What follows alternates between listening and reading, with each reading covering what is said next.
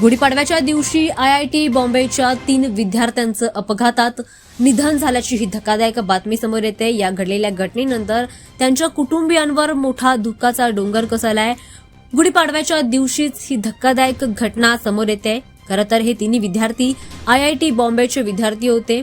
मुंबई पुणे एक्सप्रेसवेच्या नवीन बोगद्याजवळ हा अपघात झालाय। कारमधून प्रवास करत असताना त्यांचं वाहनावरील नियंत्रण सुटलं आणि नंतर हा मोठा अपघात झालाय। ज्या अपघातामध्ये या तिघांनी जागीच जीव गमावलाय, तर इतर काही जण जखमी झाल्याची माहिती पोलिसांनी दिलेली आहे। दरम्यान या अपघातामध्ये गाड्यांचं मोठ्या प्रमाणामध्ये नुकसान झालंय आणि गाडीचं नियंत्रण सुटल्यामुळे हा अपघात झाल्याचा संशय पोलिसांनी व्यक्त केलाय।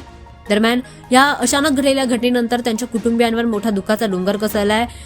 इतर गाड्यांचं देखील यामध्ये नुकसान झाल्याची माहिती पोलिसांनी दिलेली आहे।